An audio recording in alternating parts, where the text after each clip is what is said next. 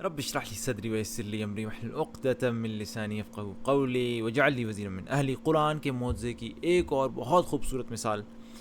اب آپ کو بظاہر لگے گا کہ قرآن میں تضاد ہے، لیکن اب میں آپ کو اس کی خوبصورتی دکھاؤں گا. دو الفاظ اللہ نے تقوی کے بارے میں دو قسم کی باتیں کی ہیں. ایک سورہ نمبر 3 آل عمران میں، سورہ آل عمران کی آیت نمبر 102 میں، اعوذ باللہ من الشیطان الرجیم، یا ایھا الذین آمنوا اتقوا اللہ حق تقاتہ. اے لوگوں جو ایمان لائے ہو، اللہ سے ڈرو جیسا کہ اس سے ڈرنے کا حق ہے. اتنا بڑا مطالبہ کیا کہ جیسے اللہ سے ڈرنے کا حق ہے ویسے ہی ڈرنا. سبحان اللہ. لیکن آپ یہ سورہ نمبر 3 تھی، آپ قرآن کے بہت آگے جائیں اور سورہ نمبر 64 کی آیت نمبر 16 میں جائیں، وہاں پہ اللہ سبحانہ وتعالیٰ فرماتے ہیں فاتقوا اللہ ما استطعتم.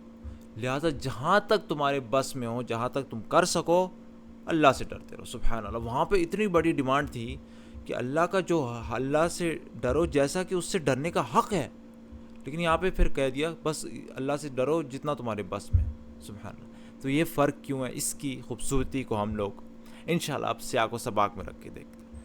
جہاں پر اللہ تعالیٰ نے کہا ہے کہ جیسے اس سے ڈرنے کا حق ہے، بہت بڑی اللہ تعالیٰ کی طرف سے ایک ڈیمانڈ ہے، تو یہاں پر اللہ تعالیٰ نے جو طاقتیں دی ہوئی ہیں وہ بھی زیادہ بڑی ہیں، اور جو کام دیا ہوا ہے وہ بھی زیادہ بڑا ہے. کیسے؟ میں آپ کو دکھاتا ہوں. جو اللہ نے طاقتیں دی ہیں، کیا کیا؟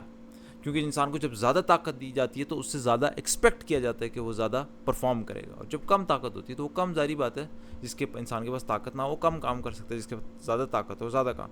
تو آپ پچھلی آیت کو دیکھیں اور آگے پیچھے کی تمام آیات دکھاتا ہوں. پچھلی آیت کیا کہتی ہے؟ تمہارے لیے کفر کی طرف جانے کا اب کیا موقع باقی ہے جبکہ تم کو اللہ کی آیات سنائی جا رہی ہیں. طاقت اللہ تعالیٰ نے، تمہارے درمیان اس کا رسول موجود ہے صلی اللہ علیہ وسلم، جو اللہ کا دامن مضبوطی سے تھامے گا وہ ضرور راہ راست پا لے گا. سبحان اللہ. اتنا کچھ اللہ نے دیا، یقین بھی دے دیا کہ وہ تو ضرور پائے گا راہ راست. پھر آگے اللہ کہتے ہیں اے لوگوں جو ایمان لائے اللہ سے ڈرو جیسے کہ اس سے ڈرنے کا حق ہے، تم کو موت نہ آئے مگر اس حال میں کہ تم مسلمان ہو. اور پھر اللہ تعالیٰ آگے کیا فرماتے ہیں؟ سب مل کر اللہ کی رسی کو مضبوط پکڑ لو، تفرقوں میں نہ پڑو، اللہ کے احسان کو یاد کرو. جب تم اس ایک دوسرے کے دشمن تھے، اس نے تمہارے دل جوڑ دیا، تم اس کے فضل و کرم سے تم بھائی بن گئے. تو اللہ تعالیٰ نے تمہیں ایک بھائی چارے کی بھی وہ طاقت دی تھی. تو سبحان اللہ. یہاں پہ اللہ تعالیٰ نے اتنی طاقتیں دی ہوئی ہیں. اس کے برعکس سورۃ تغابن میں دیکھیں اللہ تعالیٰ نے ہمیں بجائے طاقتیں دینے کے لیے، جہاں پہ کہا ہے بس اللہ سے جتنا ڈر سکتے ہو ڈرو، اتنی طاقتیں دینے کے بجائے ہمیں مشکل میں ڈالا ہوا ہے اور مصیبتوں میں ڈالا ہوا ہے. کیا اس کا کانٹیکسٹ دیکھیں آیت نمبر 11 سے، کوئی مصیبت کبھی نہیں آتی مگر اللہ کے اذن ہی سے آتی ہے. تو سبحان اللہ. یہاں پر مصیبت کا کانٹیکسٹ. پھر آگے بھی اللہ سبحانہ وتعالیٰ فرماتے ہیں آیت نمبر 14 میں، اے لوگوں جو ایمان لائے ہو، تمہاری بیویاں، تمہاری اولاد میں سے بعض تمہارے دشمن ہیں، ان سے ہوشیار رہو. اور پھر اگلی آیت میں پھر ایک اور مصیبت، تمہارے مال اور تمہاری اولاد تو ایک آزمائش ہے.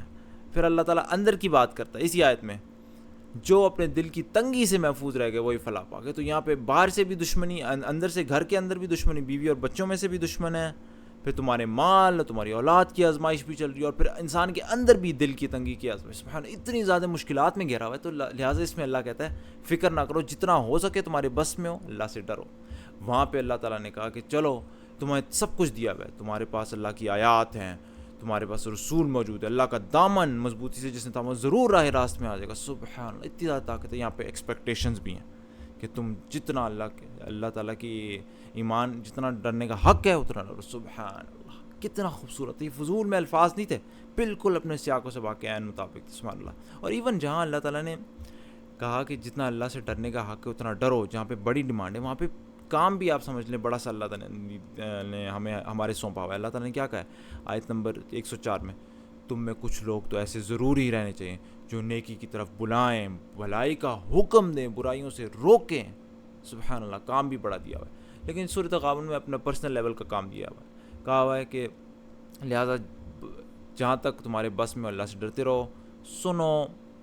پرسنل لیول میں ہمیں جیسے کہا جا رہا ہے سنو، اطاعت کرو، اپنے مال کو خرچ کرو، یہ تمہارے لیے بہتر ہے. تو سبحان اللہ. وہاں پہ کام بھی اتنا بڑا تھا، دوسروں تک اچھائی کی بات لے کے جانا اور برائیوں سے روکنا. تو سبحان اللہ.